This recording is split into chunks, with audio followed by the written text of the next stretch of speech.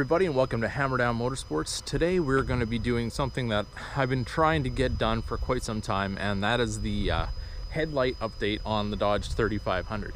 Now, as you can see, the headlights do look really nice, but I did run into a couple of issues. One being the halo ring, only one side worked, and I swapped the driver side for side and the problem went side for side. So I have a bad driver.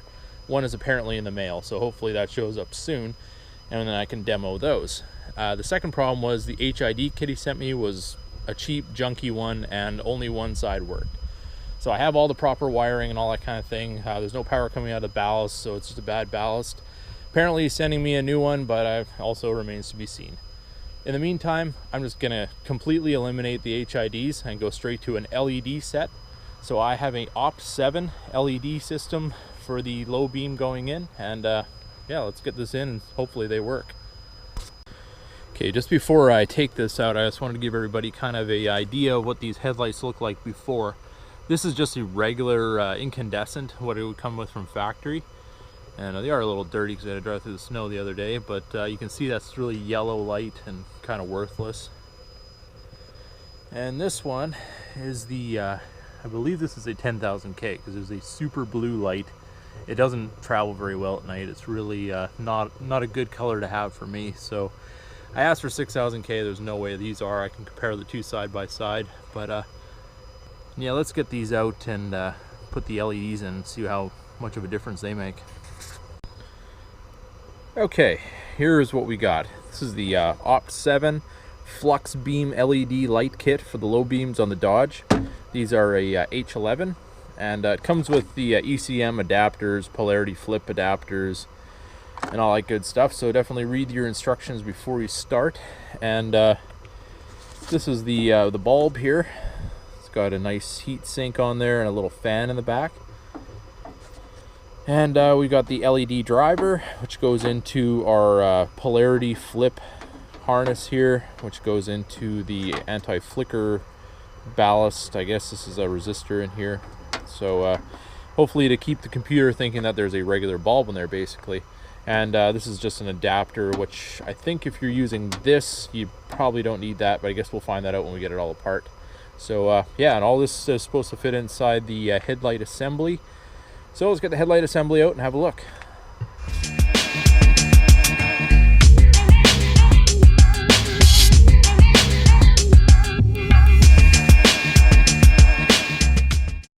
Okay, first headlight is out. This is actually the new LED is installed.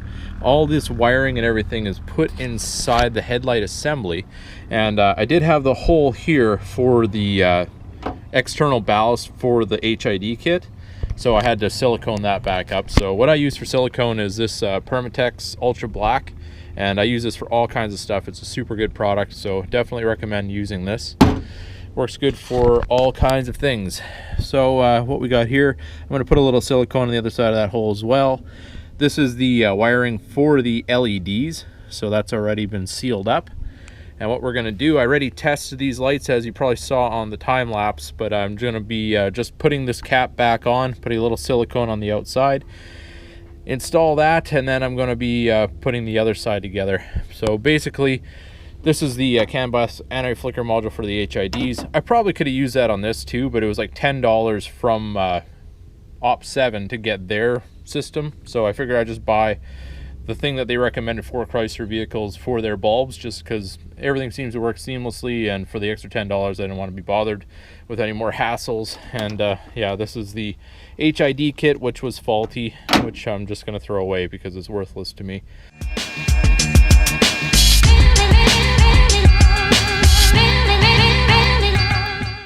Alright, I just wanted to go through the removal of these headlights just for anybody that didn't know already. There is a 10mm bolt right there.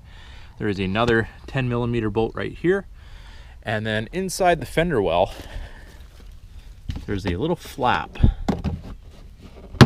That just pops out like that.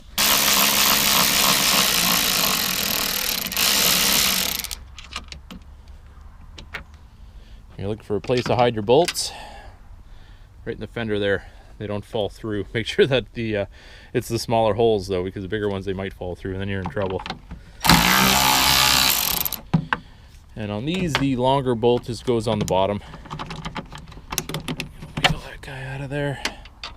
Put it up in our little bolt holding location. Okay, it just took 2 hands. I had to put one hand here and one hand kind of on the side here and just kind of wiggle outwards, because there's a little part where that little ball sticks into. It's just a little peg that goes into this plastic piece. But this is the white plastic part I was talking about. And it just kind of slides over. There's a black plastic piece right here. Slides over that and locks the headlight in place.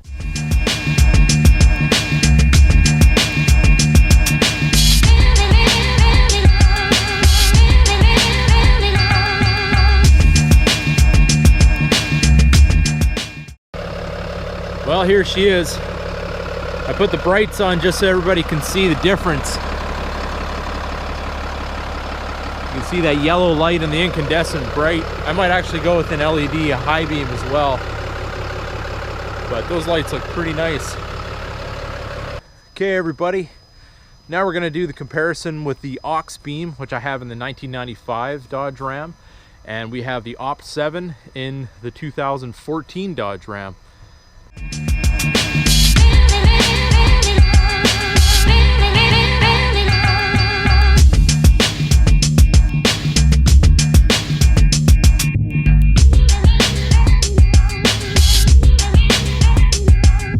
Super big improvement from what was there originally. So no, I'm really happy with them.